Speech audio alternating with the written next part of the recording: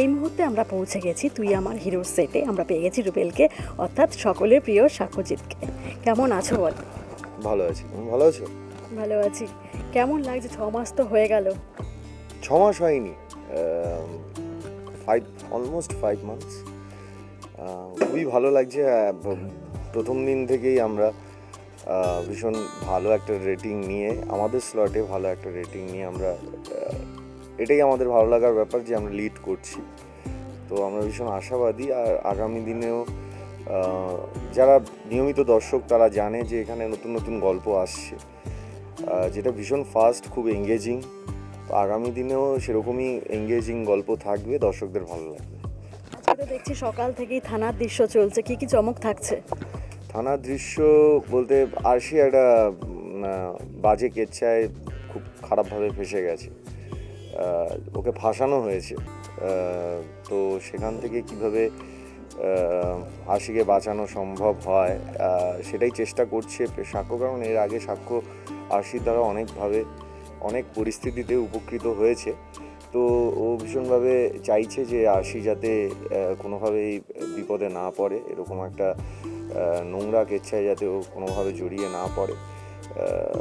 ও বিশ্বাসীও যে আরশি এটা করেনি। তো তার জন্যে চেষ্টা করছে যাতে আরশিকে এখান থেকে উদ্ধার করা যায়। সুপারস্টারের ভূমিকায় কতটা উপভোগ করছো সাক্ষ্যজিৎ চরিত্রটা?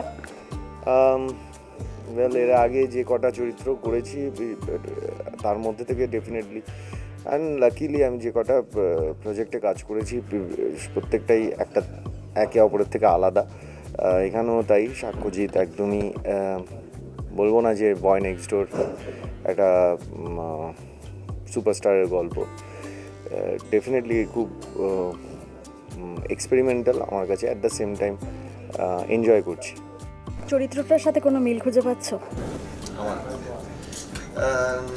খুব যে মিল পাচ্ছি তা নয়, বাট কিছু কিছু মিল যেগুলো রয়েছে সেটা বাবলুর সাথে রয়েছে। সাক্ষ্যজিৎ যখন বাবলু ছিল, আমি নিজে ভীষণ ফান লাভিং অ্যান্ড খুব গ্রাউন্ডেড থাকতে ভালোবাসি। তো সেটার সাথে কোথাও বাবলুর মিল আছে, বাট সাক্ষ্যজিতের পুরোপুরি মিল নেই। খুব মুডি নয় সাক্ষ্যজিৎ,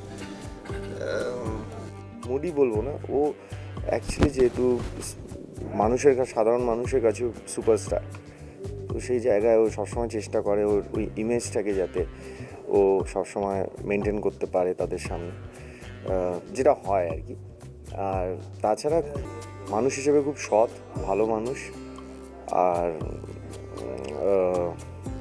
কি বলবো, যে একজন সুপারস্টার হতে গেলে যে একজন ভালো মানুষ হতে হয় সেটা ওর মধ্যে আছে। মোহনার সাথে কাজ করে কেমন লাগছে? ভালো লাগছে, ভীষণ ভালো।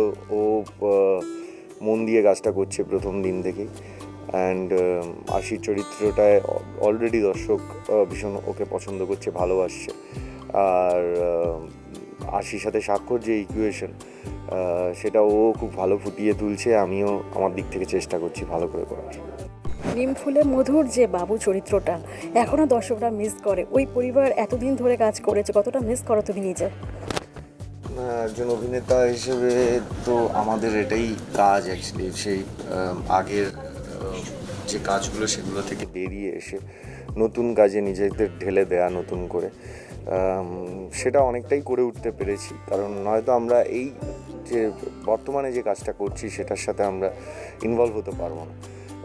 ডেফিনেটলি একটা সেখান থেকে আমার ভীষণ পরিচিতি, জনপ্রিয়তা বাবু হিসেবে, সৃজন হিসেবে। আমি জানি না কতটা সৃজনকে ওই মানুষের মন থেকে ওইভাবে ওখান থেকে বের করে সাক্ষ্যজিৎ হয়ে আসতে পেরেছি মানুষের মনে। তবে আমার চেষ্টা এটাই থাকবে যে যেভাবে সৃজন হয়ে যে কজন দর্শকের মন জয় করতে পেরেছি, সাক্ষ্যজিৎ হয়েও পারবো। শুটিংয়ের ফাঁকে সময় পেলে সেটার সাথে সময় কাটানো হচ্ছে? হ্যাঁ, ওটা তো হয়। ইউনিটে সবাই খুঁজে খুঁজে, মানে বেশি খোঁজার দরকার হয় না, ওর কাছে গেলেই পাওয়া যায়। আর আগামী দিনে কি কি চমক আসছে? আগামী দিনে এটাই আসছে। আপাতত পেছনে দেখতে পাচ্ছেন আপনারা যে এখন থানায় রয়েছি।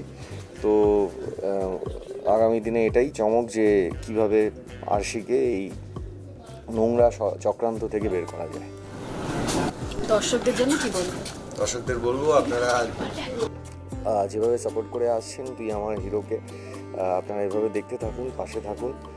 আর যেরকম বললাম আগামী দিনে আর নতুন গল্প রয়েছে, আপনারা হতাশ হবেন না। আর দেখতে থাকুন তুই আমার হিরো, জি বাংলার পর্দায় প্রতিদিন সন্ধ্যে 6টায়। আজকের আড্ডা আমরা এখানেই শেষ করবো। আরও নতুন নতুন আপডেট পেতে আপনারা চোখ রাখুন আর্টিস্ট টিভি এইচডিতে।